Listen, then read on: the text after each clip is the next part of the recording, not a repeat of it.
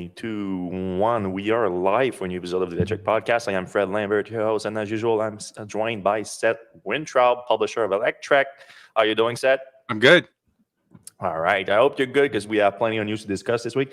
It's gonna be a Tesla heavy podcast, people. There was a lot of big Tesla news this week. Of course, the Tesla Semi event yesterday. So for those people that don't like when you talk too much about Tesla, you might want to skip that one. I'm just letting you know. But we have a few other things that we non-Tesla related that we're going to talk about at the end of the show. And this is a completely ad-free show this week. We don't have any sponsor, so it's a completely ad-free experience for you guys. And we would appreciate if you could help us out by giving us a like, obviously, only if you like the show.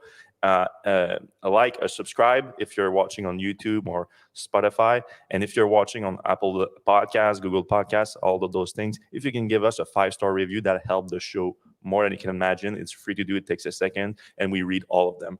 So we appreciate if you can do that. Also, at the end, as usual, we're going to take your comments, your suggestions, your subjects that you want us to discuss at the end of the show. So you can put that live in the comment section right now. We're going to get to it fairly soon.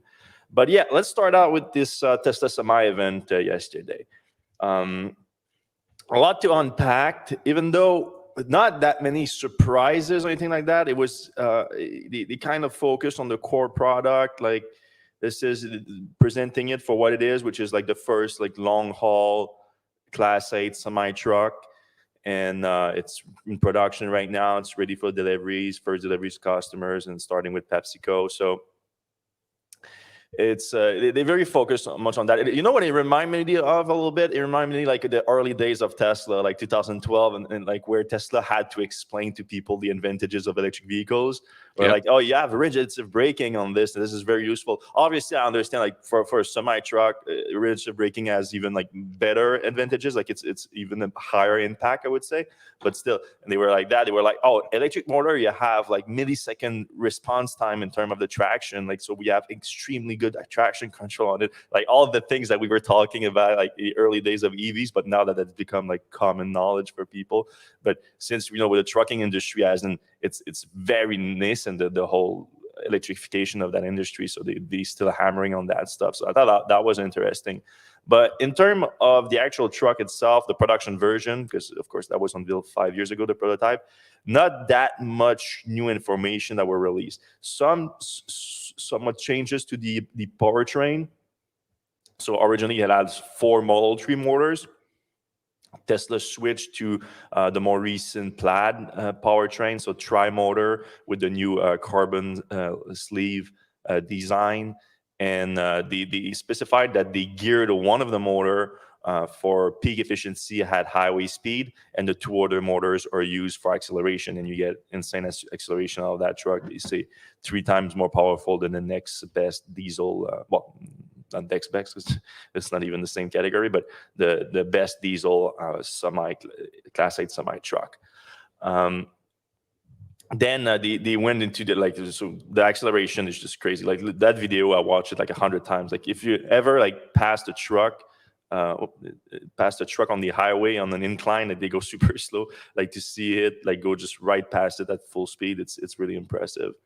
In terms of the range, we got the confirmation because, of course, last weekend, Elon announced on Twitter, hey, the Tesla Semi did its first 100-mile trip, and we did a report on that and everything, but there wasn't that much information.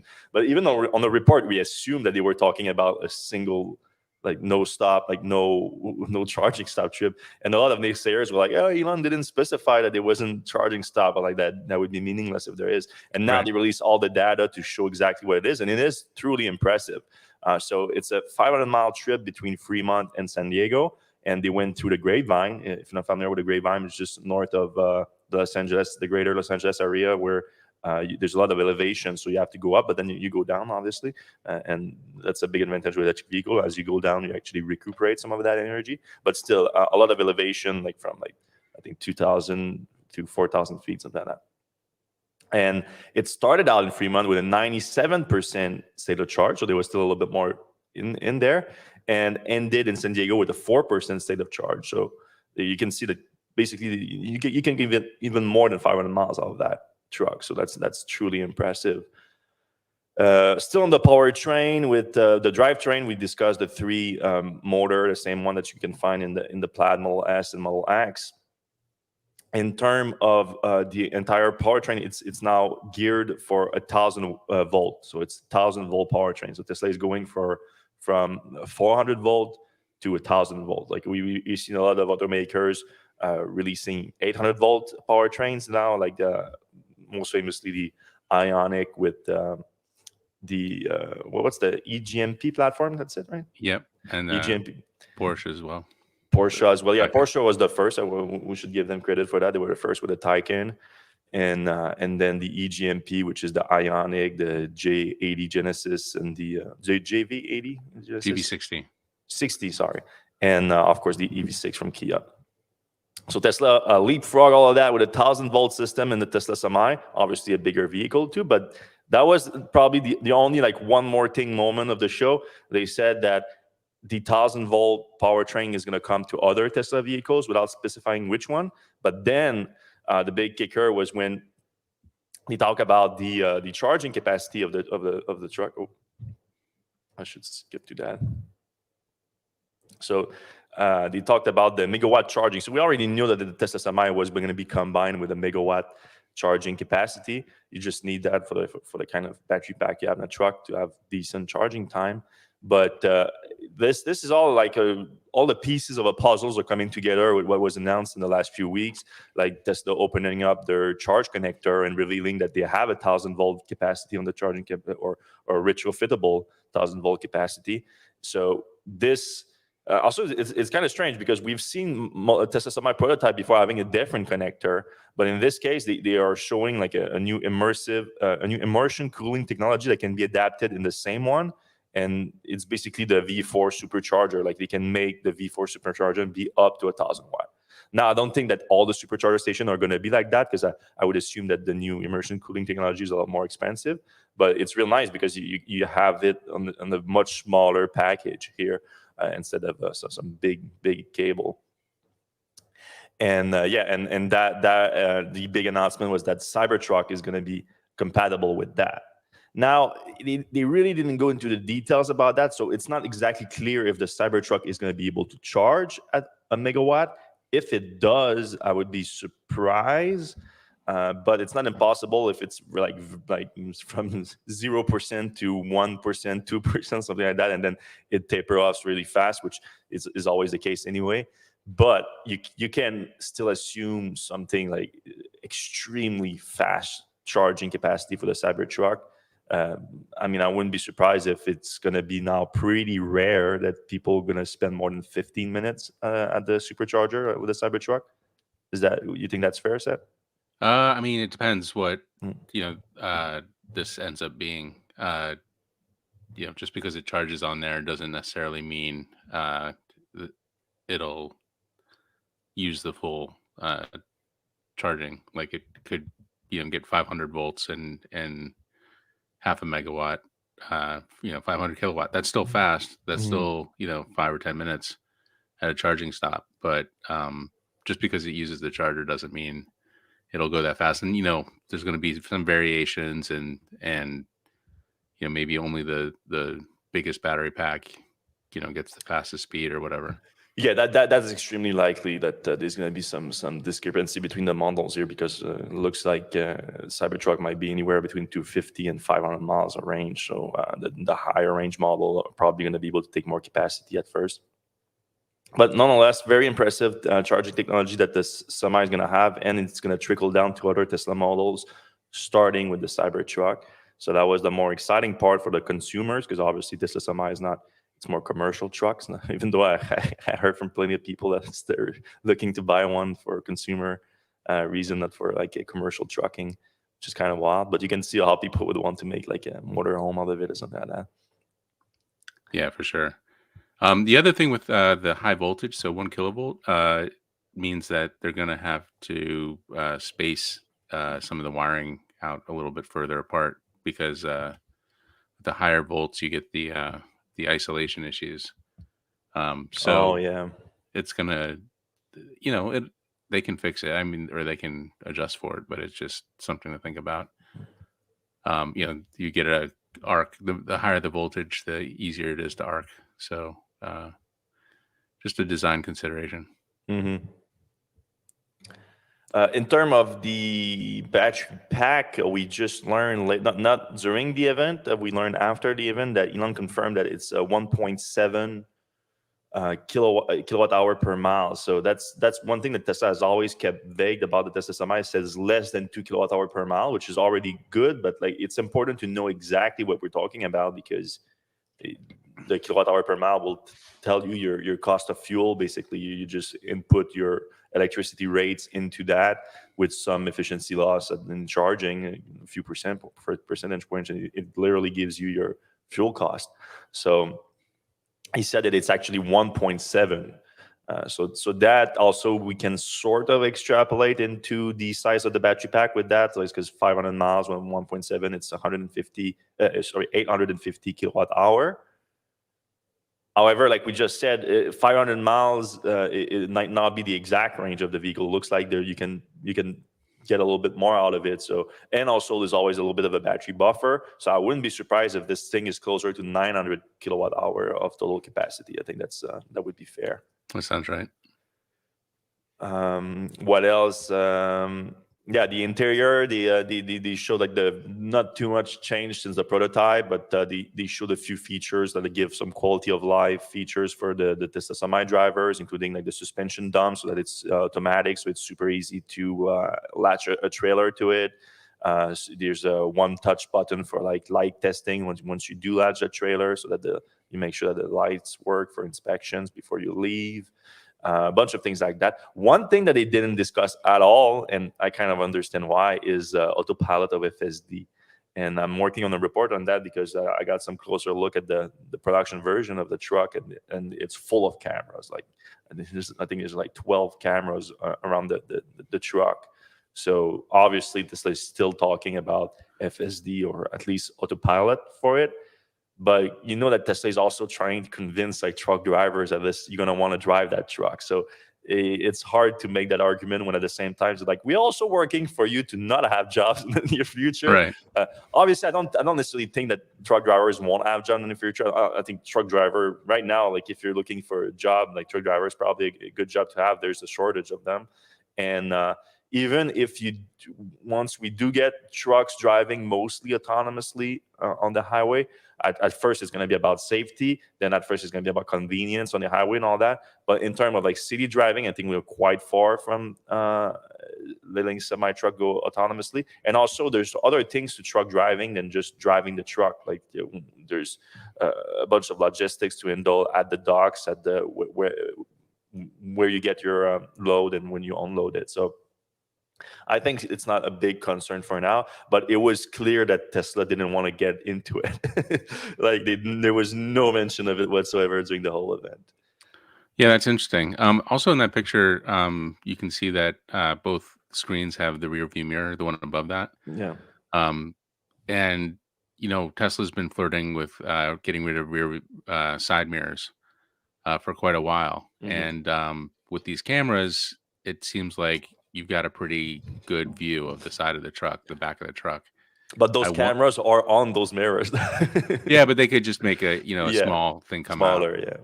yeah. But for now, they're still there. And that would cut down wind resistance even more. I wonder if that's part of Elon's calculations, getting it to 1.5 or Yeah, that's right. I whatever. didn't mention that, but he said 1.7 is what it is right now, but he sees a clear path to 1.6 and potentially even 1.5. And that's a big deal because every percentage point you can remove on that is going to be lower cost of operation. But also, and now that we need to get in the crust of it, is like, so my overall impression of the presentation is like, oh, Tesla is delivering on the promises they made 5 years ago. But I'm having issue because I think they are on the verge of really having a truly like disruptive product in the trucking industry that would change the whole paradigm of the industry. However, they need to confirm two things that they didn't talk about during the actual presentation. One thing is obvious is the price. We think that they're gonna update the price because the price was unveiled 5 years ago, and that was $150,000 for the base version, $180 for the longer range version, and $200,000 for the Founder series. So we think it's going to be higher than that now.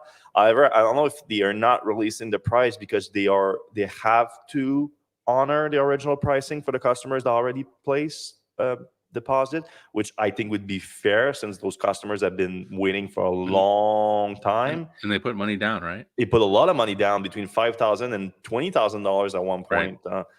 Tesla increased so they the could have amount. put that in the bank and probably doubled it. So yeah, so yeah, obviously I think they should honor that. But then once the higher production starts and they open up to other customer, I would assume there's a new price. I would like to know that, because that's an important figure to know in terms of, like, because it's all these trucks. It's all about the economics. Once the fleet operator, they talk about updating their fleet, they look at the cost, obviously, and they look at the cost operation of the specific truck and how fast they can pay it back and all that. So obviously the cost of acquiring it is an important part of that.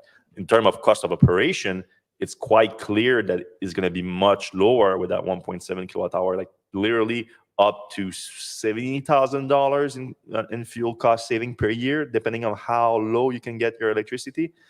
And Tesla said during the event too, that they are going to be working closely with the customers in order to maintain their electricity costs lower, with selling those charging stations with mega packs and solar and all that. And that makes a ton of sense.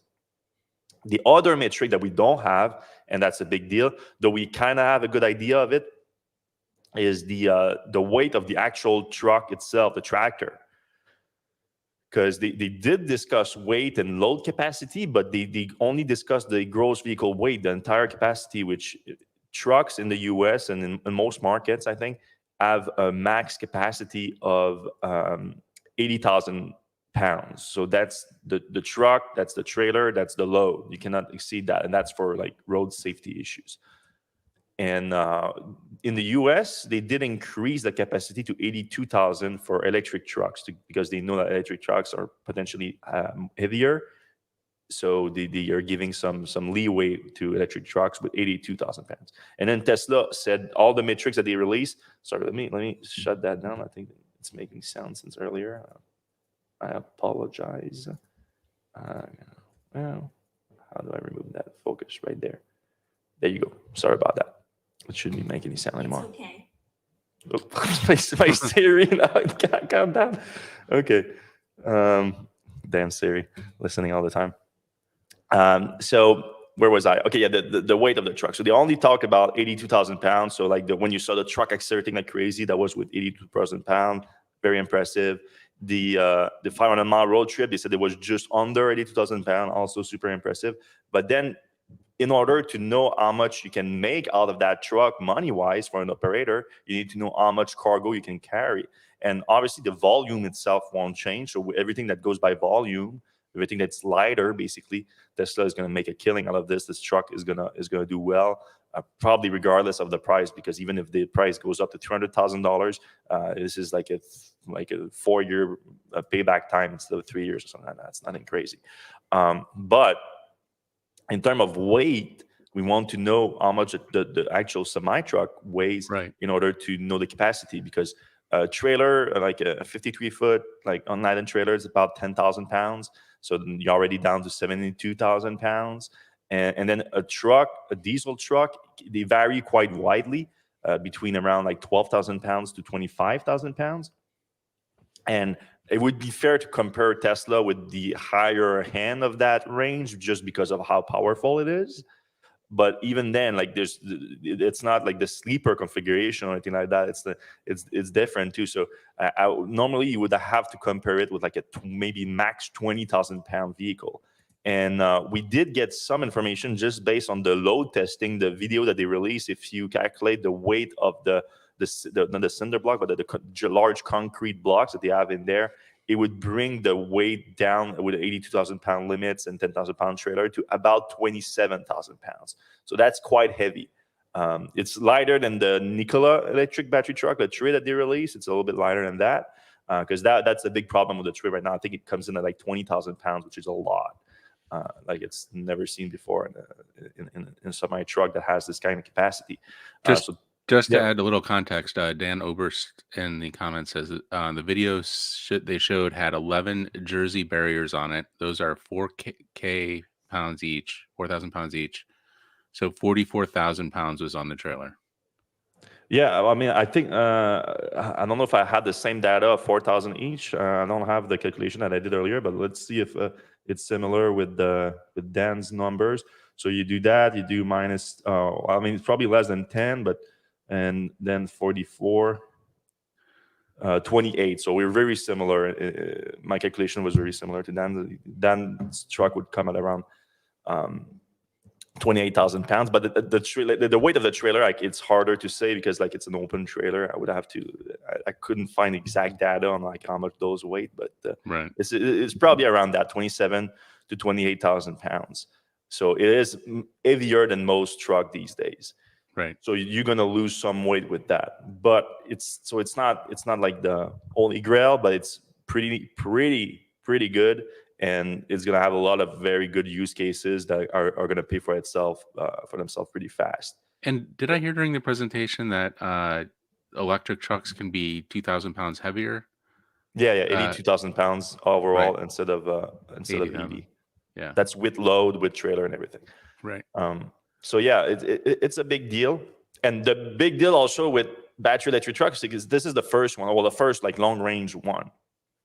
So obviously, with battery technology improving, efficiency improving, that number is going to be able to go down. So with that number going down, that's just money in the bank every time. Like every 500 pounds or so that you shed, it's 500 pounds that you can put in that trailer and make money off of it. So trucking companies are going to be looking at that like crazy. So this is probably, again, with the asterisk, like we don't know the actual price of that thing. Tesla might have an ace in their pocket there. That might be like a very disruptive vehicle. It looks like it. So kudos to Tesla for doing that. My concern on that is that Elon's numbers aren't going to be accurate. Like, if they're anything like, what you get on your Model 3 or Model Y or any of the cars, Tesla's numbers are always extremely optimistic, especially compared to other vehicles. So I'm concerned that these fleet companies are going to get these things with this expectation, and they're going to be like, we can never get, those optimum numbers, and we invested all this money, and we're not making our money back as fast as we thought. So that's my concern with these things. Yeah, especially like weather-wise, like this, the 500-mile test is impressive by itself, but it's in California. Obviously, you do that in Quebec right now, where it's freezing temperature. You're not going to get the same results. So and Tesla has been known in winter to have not a much less accurate range prediction than other companies. That's for sure. So, but still, I'm optimistic about it, about the Tesla Semi program as a whole. Yeah, for sure. All right, we already discussed the Cybertruck, getting the megawatt charging technology, or the same technology that enables the 1 megawatt for the Tesla Semi. Now this was an interesting news here this week. We had an exclusive where we had a very reliable source that told us that Tesla is planning for 75,000 Model Y vehicles to come out of Gigafactory in Q1 2023. So that is big news, because Tesla is not producing nowhere near that capacity right now in a single quarter. So it would be a big jump between Q4 and Q1. But the way I see it is that Tesla might be not exactly, well, I guess the word would be like throttling the capacity at Giga Texas right now. They're not letting go like full capacity necessarily at this point, because of all the Model Y coming out of that factory for the US market right now. And Tesla is having some issues in the U.S. market. We reported in that report earlier this week that there's some level of cancellations, both like just regular cancellation in terms of Tesla has long lead times. So sometimes people say, okay, I can afford that car, and they place an order, and then by the time that they are supposed to take delivery and give their money, the bank doesn't want to lend them money, or whatever happens, it's not going through. The situation has changed, so there's a lot of cancellation in that regard. Maybe their money's in FTX. even monies of the X monies in Tesla stocks Right. that have gone down the last few months too. So things like that. And obviously, the other big reason for cancellation right now is the tax credit coming into effect next month in 2023. Some people I think that's a big one. Yeah, so a lot of people want to wait for that. And unlike other automakers that have been a little bit more accommodating on that front, where they let people, okay, if you think you're going to qualify and we're going to qualify, we can push delivery until then, and then you can try to get the tax credit. Tesla is holding all the customers to their order contract that said you have to take delivery by that time. So if they refuse delivery by that time, Tesla cancels the order for you. So because of doing that, there's a higher cancellation rate right now in the US than there normally is. And that sort of was confirmed later on, just the next day after we made that report with Tesla announcing. And Tesla is good with the timing. Obviously, it's December 1st, and that discount is for the month of December. But they released that sort of just when the Tesla Semi event was going to happen, and that kind of got buried by the Tesla Semi news. But Tesla is offering right now a discount of $3,750 for every Model 3 and Model Y delivered in the US right now. So whether you already had a car in order or you're placing an order right now and you can get delivery, especially with inventory vehicles by the end of the month, you get $3,750 off, which is a decent discount and goes against Tesla's usual policy of not offering discount, because this is really very much they call it a price adjustment, and a credit, but it's very much a discount, and because it's temporary, it's just for the month of December, and it's to counter this level of cancellation that we just talked about. It's an interesting number, though, right? It's $3,750. Yeah. It's half the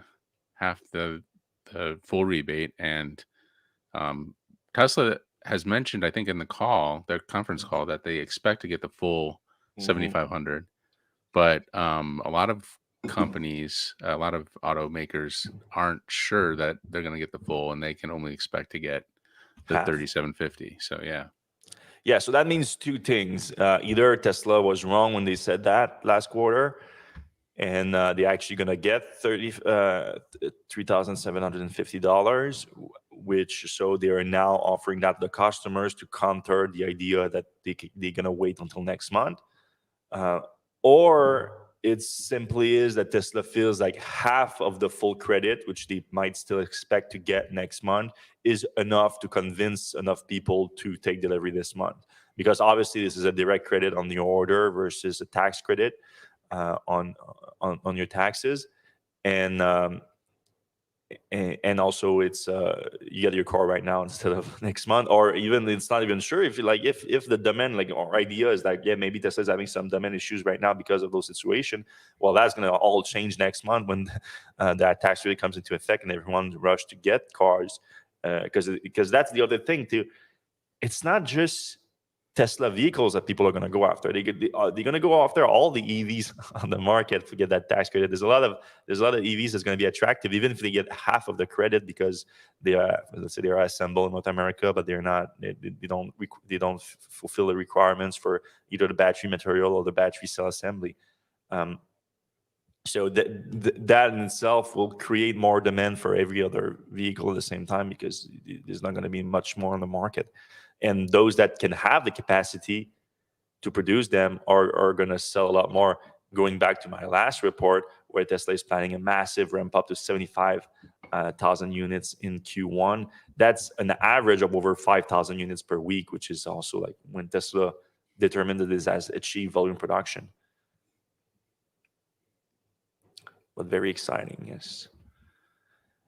All right, another Tesla news that this week was this Project Highland thing. So this is Reuters that came out with this news, and I'm kind of being very careful with Reuters these days on the Tesla news, because they had a lot of reports that were inaccurate over the last year or so, and so I'm take everything with a grain of salt when it comes to this. Though the idea behind it makes sense. So Reuters says that Tesla is working on a redesign of the Model 3, codenamed Highland, to reduce the number of components and complexity in the interior of the Model 3, while focusing on features that Tesla buyers value, including the display, according to the people who asked not to be named because of the revamp has not been announced.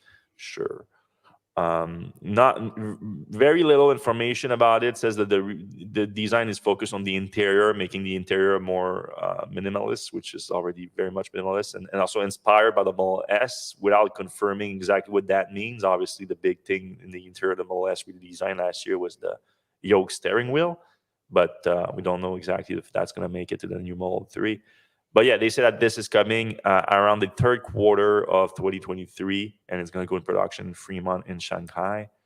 And the timing makes sense. I mean, the Model 3 is sort of due for a redesign. And also Tesla has made so much improvement with the Model Y, especially. So they talk about reducing the number of components.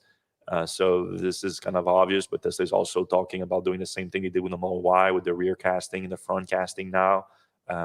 To the Model 3. It's just those things just makes a ton of sense. But doing that to the production is you're going to have to slow down the production significantly while you do that. So it doesn't necessarily make sense to do it now.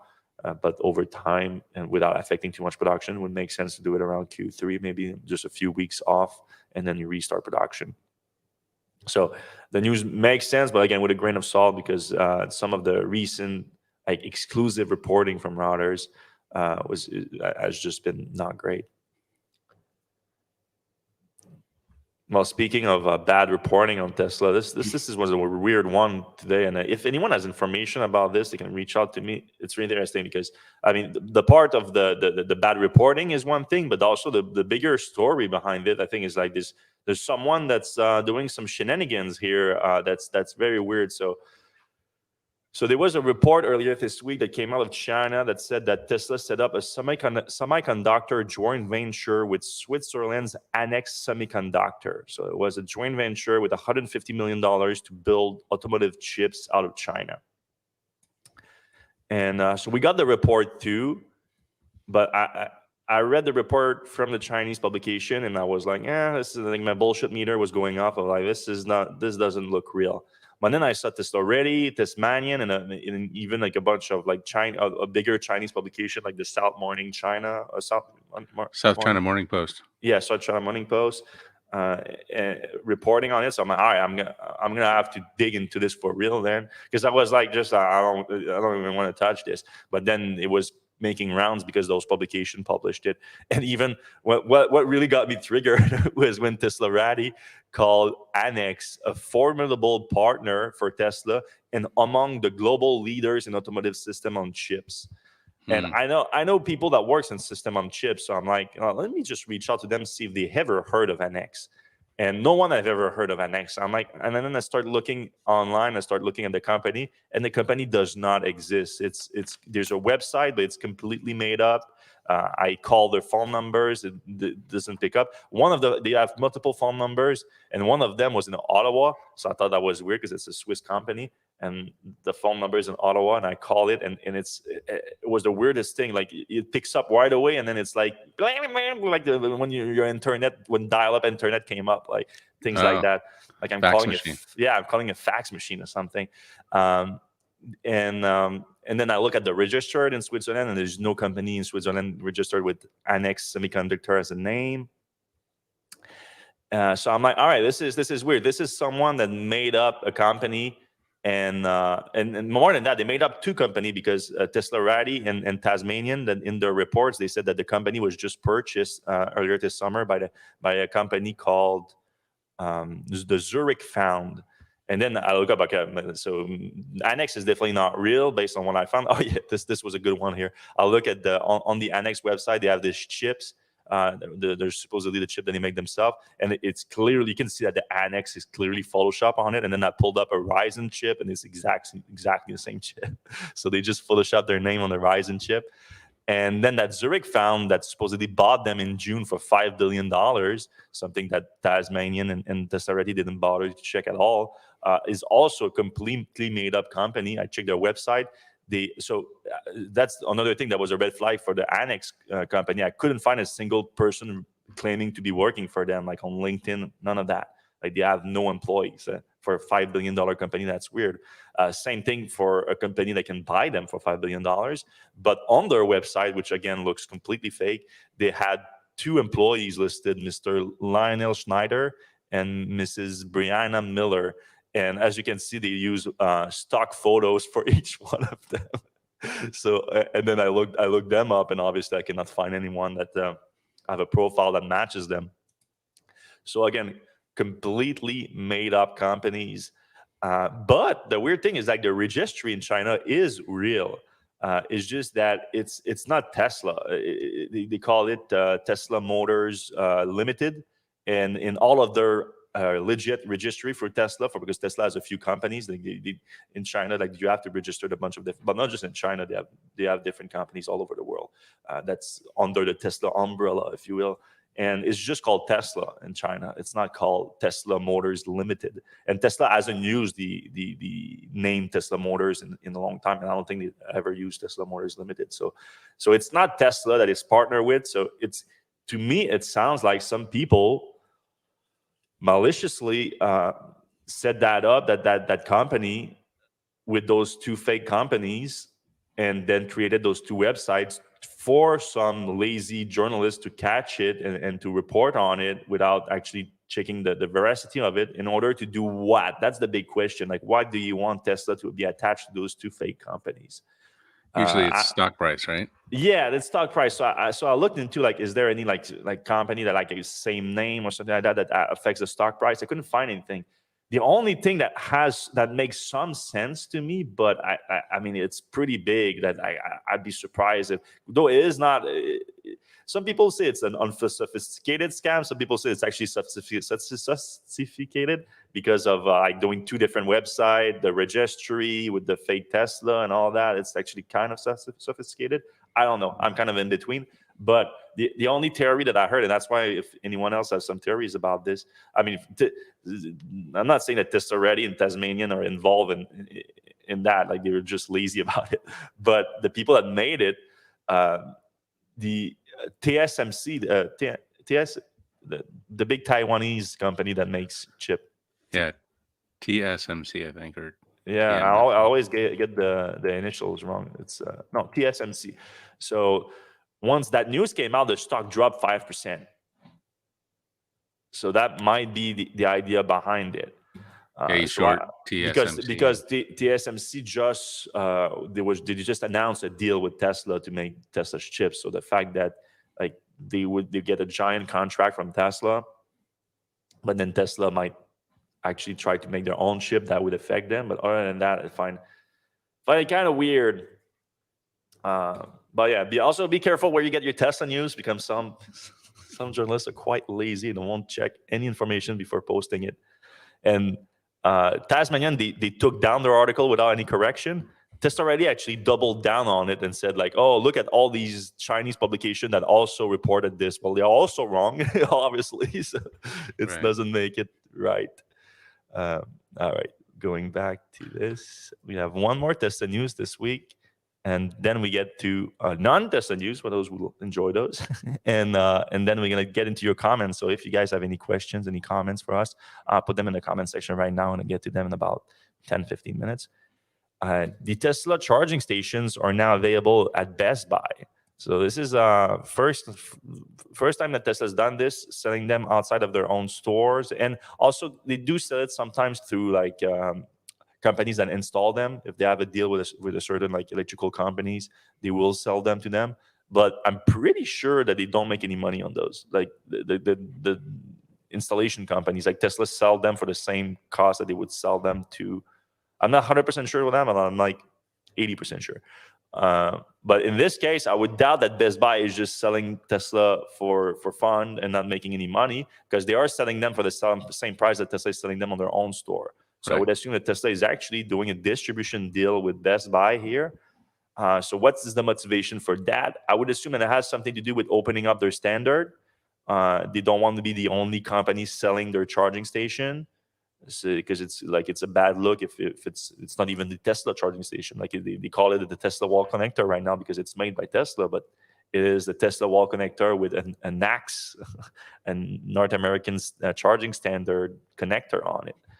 Though they also sell the J1772 connector on their website too, so they do have both. but the same price, 550, the same price that they sell on the website. So they're actually like discounting them for Best Buy. So this, Yeah, it's interesting. Mhm. It might be for that. Maybe they're just trying to get their footprint out there a little bit more. Obviously, they're going up against ChargePoint and Juicebox, and Electrify America's got one, and Clipper Creek. $400, pretty good price for a pretty streamlined Oh yeah, piece of equipment they're there. cheap. They're cheap. For Maybe sure. they're getting out there like they're getting the possibility of superchargers being open for everybody. Tesla's got scale. They've got good design. Maybe they're just trying to make some money on this product. Yeah, that's fair too. Also, we kind of weird Best Buy, right? Best Buy is not really the company you would think for charging station for electric vehicles. Amazon will be the company. Like Amazon sells a lot of charging station, like that. Right. ChargePoint, Flow, all these companies are all on Amazon. So I think that, but obviously, And Home Elon, Depot or Tesla, Lowe's, maybe. Bezos, and all that. I feel like Home Depot and Lowe's would be a good place too, Yeah, because that's where you do a lot of home stuff, and there's yeah, electricians there and stuff. Exactly. Electrician have like entrepreneurs account at Mhm. companies like Home Depot, so it would make sense to sell them through that. Yeah. No, I agree. That's a good point. All right. You bought your mom a Chevy Bolt EV. We discussed Yep. it a little bit over the last few weeks, but you just posted a whole report on it. So do you have anything else to report about this generous move that you did? Well, it wasn't that generous. I could have got a more expensive car, but it was perfect for her. A lot of EVs are very futuristic, and you don't really want to throw a super futuristic interior at a 70-year-old woman who doesn't really want to learn new technology too much. So the Bolt is a little bit 1 foot in each, century in terms of interior. But it does have a bunch of nice stuff. Some nuance there. The story kind of talks about the dealer experience, which was horrible. But we got everything taken care of. It wasn't super hard to get everything taken care of. It was just like the audacity of them after I had paid for the vehicle to come back and target my mom for a $2,000 like free oil for life kind of BS maintenance thing. Package. Yeah.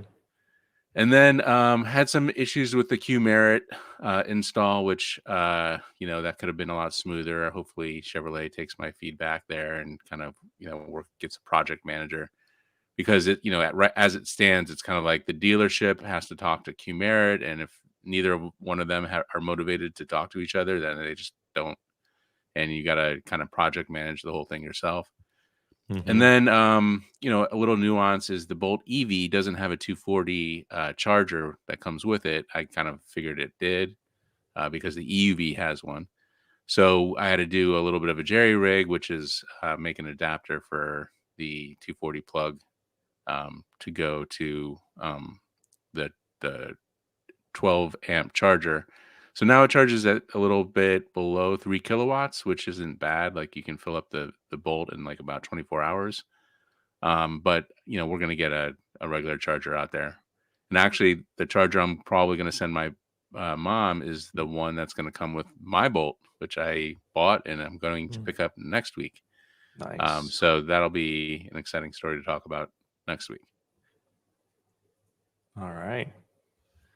Let's reconvene next week. I think it's convenient. We have a podcast just for that. All right. More announcement like this. You cannot go a single week without an automaker announcing new investment into either batteries or electric vehicle production in North America. Obviously, the tax credit has something to do with it. But this week, what was interesting is Canada is getting some love. So obviously, people are focusing on the US a lot. It's a much bigger market and everything. But Canada used to have a decent production of vehicles, and it kind of eroded over the years. Now it's basically Ontario and nothing. But there's more investment with electric vehicles happening now. And Volkswagen wants to get involved. They confirmed that they were looking for a gigafactory location in North America. And then they also confirmed this week that they have, what do they call those? MOU, like momentum of our understanding. What is it? It's basically an agreement that with the Canadian government, with Canada, to look for locations for a potential battery cell factory. So to produce battery cells in Canada, and it's through Volkswagen's PowerCo company. I don't know if they're gonna have issues with PowerCo in Canada because there's Power Corporation in Canada. I don't know if they're gonna end up having to have a little trademark issue. Though I don't think Power Corporation has anything to do with battery cells, so I think we're good. But they have invested in Lion, I think. Lion actually. What did you call that? There's like a battery valley or something in Quebec? Yeah, Quebec's Battery Valley. The deal is with the Canadian government, the federal government, so it could be in Quebec, could be in the other province too. But yeah, I mean, Quebec Battery Valley would make sense for that though, because right now it has everything everything except battery cell production. Like they have cathode production, anode production, they have separator production, they have electrolyte, they have everything basically except for actual battery cells. So you could, but at the same time, I don't know if a Volkswagen would make sense getting there, because GM has been buying up all the capacity for everything that's there. So, and GM also has through its partnership with LG and Ultium, they have battery cell production in other places that are going to ramp up over the next few years in the US and Ohio and a few other places. So maybe they're just going to want to transport that from Battery Valley to those production facility. But it would make a ton of sense to close the loop there and produce battery cells there too.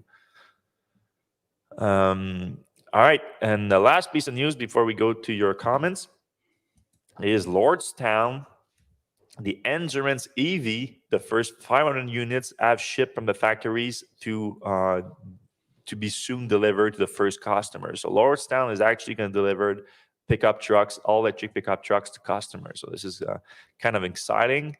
I look at Lordstown basically as kind of a test bed for how it's going to go with those hub motors in electric vehicles, because no one has really done that yet, like especially not for a pickup truck, like putting the drivetrain, the drive unit, one of the most important component of the vehicle, inside one of the weakest part of a vehicle, which is the wheels. They have 4 motors, one in each wheel, which is great for traction, great for power and everything, but it's also super risky for longevity and all that. So I like that Lordstown did it. We're gonna see like now you're gonna have 500 trucks on the road. I think it's mostly like like fleet customers that they're going after first. So that's also like the consumers won't really get involved for a little bit. So this is going to be fleet customer testing that. So that's going to be interesting. But yeah, I mean, Lordstown has been on the verge of bankruptcy for a while. They got saved by Foxconn like 2 or 3 times at this point. But the Foxconn really backed them, and they got that thing on the market, which is impressive by itself. So kudos to everyone involved. I'm not saying that's going to be a success just yet. Like getting the truck to market is one thing, then making it profitable and everything is a completely other thing and sustainable. So we'll see, but still, it's a milestone and it needs to be celebrated, in my opinion. Yeah, Foxconn kind of seems to be creeping into the auto industry. They have a bunch of different places they're coming in. Obviously, they build iPhones, so they've got a lot of manufacturing experience. But truck is a bit different. Truck is a lot different, and but they also have some stuff they're doing in China. And there's another thing that they're doing.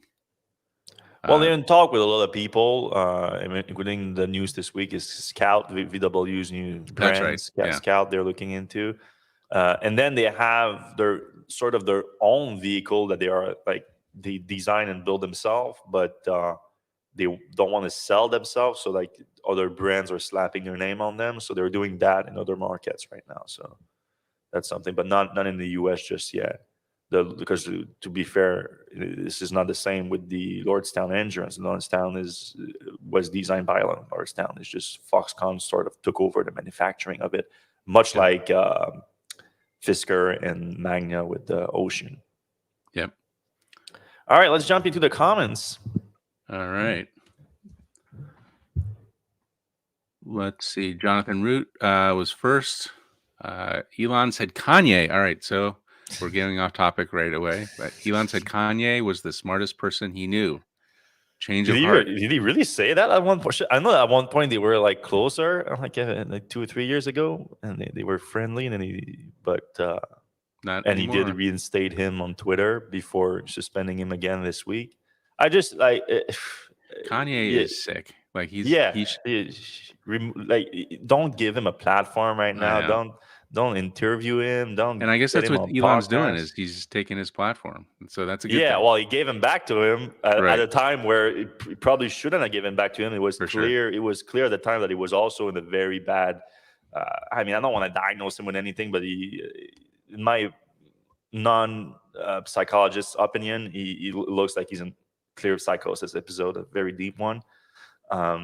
That doesn't excuse what he's saying. I know that there's people that are bipolar and have psychosis that don't go full racist and anti-Semite. So I'm not saying that it's just that, but I mean the guy is he's just like he's not the smartest person in the world, I don't think, but he's obviously a musical genius. So like you would think that he could, if he was seeing clearly right now, he would realize that his comments are extremely hurtful for a lot of people, I would think. Yeah, I don't agree with the musical genius part, but everything else I agree. I'm not actually. I've never been a big fan of his music. Like, there's a few things that I like, but I watched the documentary on Netflix on him, and that goes especially in his early career when he was like producing for Jay-Z and all that. And you have to give it to him. Like when you see that, you're like, oh, like that guy can produce music like crazy. Like he's very very impressive at it. Like that's what I'm referring to. Obviously, there's a few songs that I like from him too, but I think that's the part I'm referring to. Yeah, I don't know if you can like his songs anymore. I think he's like canceled. Yeah. All right. We talked about the 1 kilovolt. No FSD or steering assist info on the semi. Yeah, that was a weird one. I get where they're coming from. They don't want to anger any truck drivers, but I feel like the technology is obviously there. Yeah. So a couple of comments on the 1 kilovolt. We saw Carl Johan Larson say a lot of isolation problem. We talked about it a little bit. Jake Cooley says, will 1 kilovolt help with the charge throttling at a higher percentage and battery temps limiting charge rate? I don't know. Like, I think at the battery level, I don't think it's going to do too much there. I mean, what it does do is eliminate resistance or lower resistance throughout, and theoretically also lower magnetic fields and stuff. So I don't know about all that. Moving on, Nanda Holtz. Can they fold the mirrors flat on the highway with a tap on the screen? I'm sure they evaluated the drag difference during the tricks testing phase. They didn't show anything about that. Didn't say anything about that. I think the goal is more what Seth said earlier, where the goal would be to, once you get approval for it, you remove the mirror part of the mirrors and just keep the part where all the cameras are. I think there's 3 cameras per mirror. Oh, wow. Yeah. All right. Andrew McDonald question. Do you think the future semi will be higher or lower in price? Well, I mean, it depends how you look at it. Like it's going to be a higher end price than when Tesla originally announced, which was $150,000 to $200,000, depending on the model.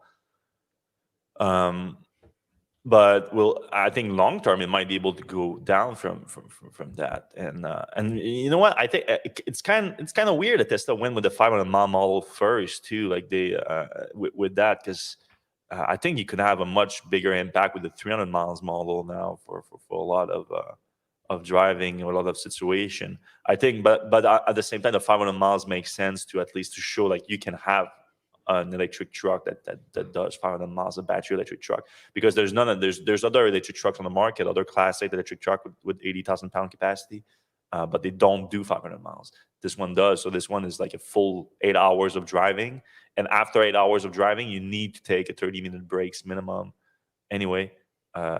Within that 8 hours of driving, so during that time you charge the vehicle, and you can do probably you can do easily over 700 miles of driving a day with that Tesla semi truck with that current configuration. That's awesome.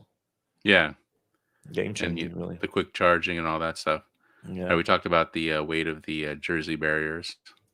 Yeah. Jay Cooley agree. I think that 1.7 watt hours per mile was on that 500-mile trip where they were going under 55 miles per hour the majority of the trip. I think semis aren't supposed to go above 55 in Or California. 65? 65? Yeah, I don't know. 55. Yeah, Uh, they're limited in speed. That's true. So that affects it. I don't know that do we know for a fact? We do have the video of it, so we can. I don't know if you can see the speedometer on the video. This video is so fast you'd have to slow it down quite a bit. But Yeah, it also looked like he was in a lot of traffic.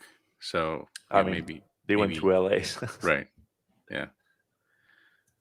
You know about that. All right, Dan Oberst again. Has there been any rumors about the shareholder proposals next meeting to remove Elon as CEO? Given the bad Twitter PR, there seems to be a better argument now than the last time that vote came up. Well, now that you I haven't say that, I realize that's extremely likely to happen. Not that he's going to be removed as CEO, but that there's going to be a shareholder proposal asking for that. I think that's very likely at this point. And I we don't talked think about it's who would gonna work though. I don't think it's gonna work no. unless Elon himself supports it, which might be the case. You might decide like, all right, you don't want me as CEO. I don't care. I can be something else. I've got other Um, things to do. Yeah. So, and Tesla has a point right now that I think it can easily survive without Elon. That's obvious. Though I still think he's a positive for the company as a whole in terms of his engineering drive and the way he's pushing the products. I like that. But yeah, as CEO, I think it would make sense to have like I see Jan Smith referencing Herbert Diaz at the end here. I think that would make sense to have Herbert take over as CEO. All right, Brad Sloan, what would be the advantage of having 1,000-volt system in the Cybertruck? Is the key to this the 4680 battery? Maybe that's what makes it special. I think it's more like the wiring and the charging and Yeah, and you stuff like save a that. lot on wiring, that's for sure. Charging capacity higher, and potential for a higher output, though you don't really need 1 kilovolt to get very competitive output. Right. And then following up, is Tesla still going to open up their supercharger stations to non-Tesla vehicles before the end of the year? Good question. 30 days. Yeah. I don't think so by the end of the year, but sometime. Yeah, or they changed the plan. Or maybe that the thing that they announced last month, maybe that really changed the plan, and now they're like, we're not really opening it with CCS and adapters and all that. We are just banking on Aptera or whoever else jumps on board, and then we're gonna use that to stick to the standard, the NAC standard, and still get the benefits of the subsidies for a new charging station that needs to be available to electric vehicles from more than one automaker. Yeah, that news, the NACS news, that's not good if you're voting for Tesla to make CCS common. Yeah. If you are a CCS vehicle owner that hoped to be on the Tesla Supercharger, I'm not saying that's not going to happen. I'm just saying that it introduced a new possibility where Tesla goes another way. That's what I'm saying. All right, Badson, FYI, I do drone video of the Gigafactory and discovered not long ago that Tesla ships out their Model Ys at a rail yard 25 miles from the Gigafactory. The rail yard is expanding too to keep pace with Tesla. So I assume you're talking about Gigafactory Texas, Brad. So, and yeah, I mean, right now they are changing the whole logistics around Gigafactory Texas to try to handle the new capacity that's coming in the next few months in Q1. It's a different logistics when you're shipping like a few thousand cars per week to 5,000 cars per week. It's just a lot of products to ship out, a lot of the big products. it's too bad they're not closer. I thought they were building the Gigafactory like on a train line. Texas? No, Yeah, I don't. maybe Not not. Texas. Maybe Berlin. They are extending the rail line to reach the factory. So I mean, I have to say, it seems like Gigafactory is not going to be slowing down anytime soon. Maybe Yeah. a train line there would make sense. Yeah. I mean, Texas has been very accommodating to Tesla, or maybe a boring company, loop line, a loop that goes to the factory to the rail line. I don't know. Well, yeah, that's it for us this week, everyone. I appreciate every one of you that's still listening right now. If you're still listening and you enjoy this ad-free episode of the Electrek Podcast, please hit the like button, hit the subscribe button, and if you're listening in audio only, go to your podcast app and give us a 5-star credit. Right now, we are in the top 10 of the automotive podcasts in the U.S., and that's because of you, and we appreciate you doing that for us.